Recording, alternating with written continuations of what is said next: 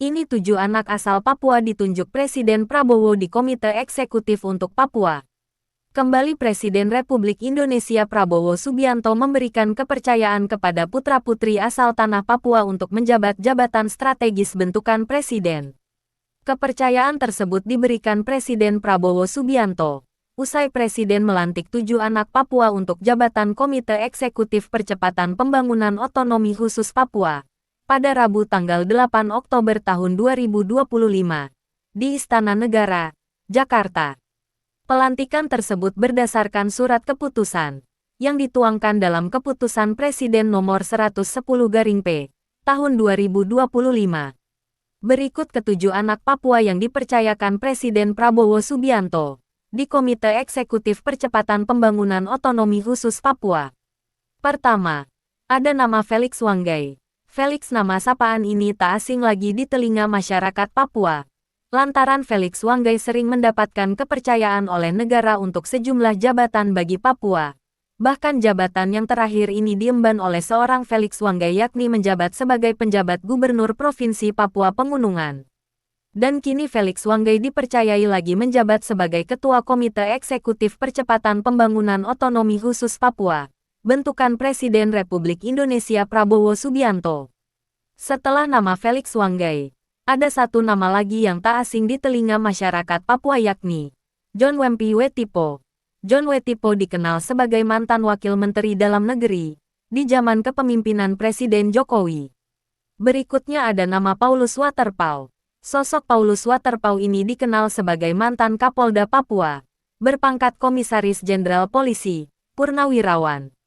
Disusul sejumlah nama lainnya seperti Ripka Haluk, yang kini menjabat sebagai Wakil Menteri Dalam Negeri Republik Indonesia. Lalu ada nama Ali Hamdan Bogra, Purnawirawan TNI mantan Pangdam Kaswari. Berikut ada nama John Gluba Gepze, mantan Bupati Kabupaten Merauke. Lalu yang terakhir ada nama Billy Mambrasar, mantan staf khusus milenial di zaman kepemimpinan Presiden Jokowi. Berikut keterangan Ketua Komite Eksekutif Percepatan Pembangunan Otonomi Khusus Papua, bentukan Presiden Republik Indonesia Prabowo Subianto, Felix Wanggai, atas jabatan dan kepercayaan tersebut.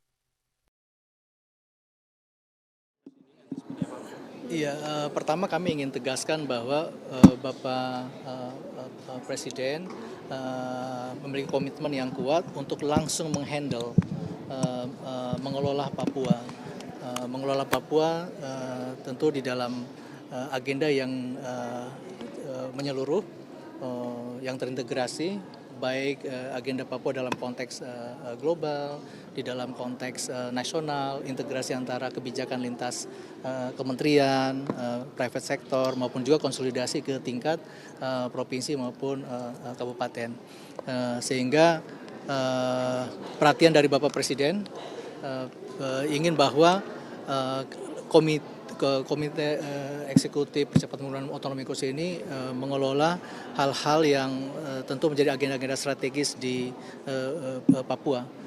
Apakah agenda yang sudah selama ini menjadi payung kita adalah otonomi khusus, kemudian bagaimana otonomi khusus ini berjalan dengan baik. Jangka pendeknya langkah kerja apa yang dilakukan oleh komite? Pertama, kita sudah berjalan 1 tahun di dalam pemerintahan ini, sehingga tentu yang menjadi bagian dalam kita adalah konsolidasi kebijakan, konsolidasi strategi, konsolidasi program, dan konsolidasi anggaran dan konsolidasi regulasi. Itu yang penting, baik di level nasional, di level provinsi, dan di level kabupaten. Apalagi hari ini sudah ada 6 provinsi di tanah Papua yang memerlukan sinergi, integrasi, keterpaduan dalam semua hal. Karena tentu kita ingin dengan kehadiran 6 provinsi, ini membutuhkan langkah-langkah, ada maksud besar untuk langkah-langkah percepatan. Tetapi bagaimana mengelola langkah-langkah percepatan ini yang tentu membutuhkan jembatan dengan semua hal. Lintas Kemenko, lintas kementerian, kemudian lintas 6 provinsi di tanah Papua. Ya.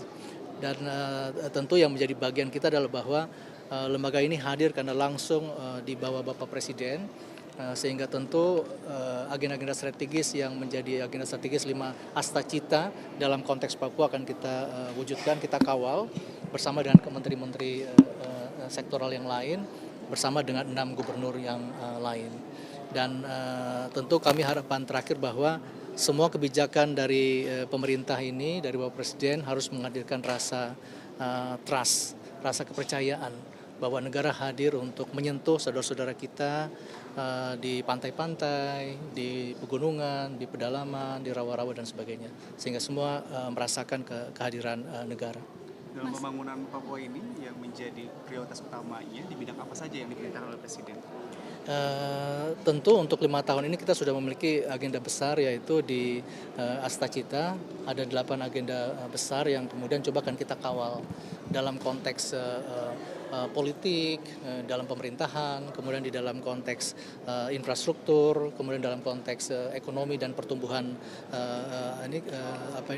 kewilayahan, dan juga aspek-aspek yang lebih bersifat soft, ya seperti sport, olahraga, gender, kemudian juga di bidang ekonomi kreatif. Sehingga kami sangat senang karena anggota kami sangat beragam.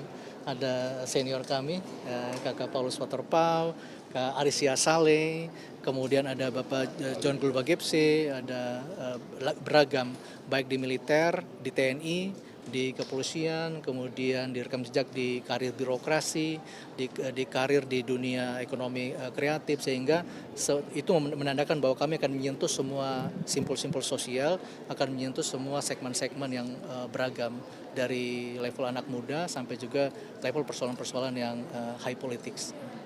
Tapi intinya bahwa Bapak Presiden memiliki komitmen untuk Papua yang dalam bahasa kami Astacita kontekstual Papua yang kami akan kawal, tentang harmonisasi, tentang sinergi, pengawasan dan evaluasi. Nah, dari segi pengawasannya itu bagaimana, Mas? Apakah akan melibatkan banyak pihak atau seperti apa, Mas? Iya, pengawasan ini kan ada konteksnya, pengawasan internal di masing-masing kementerian, di masing-masing Pemda yang harus kita optimalkan terus aspek pengawasan internal. Tapi kemudian kedua juga tentu adalah pengawasan sosial. Pengawasan sosial ditandai tentu dengan bagaimana peran serta masyarakat, aspirasi.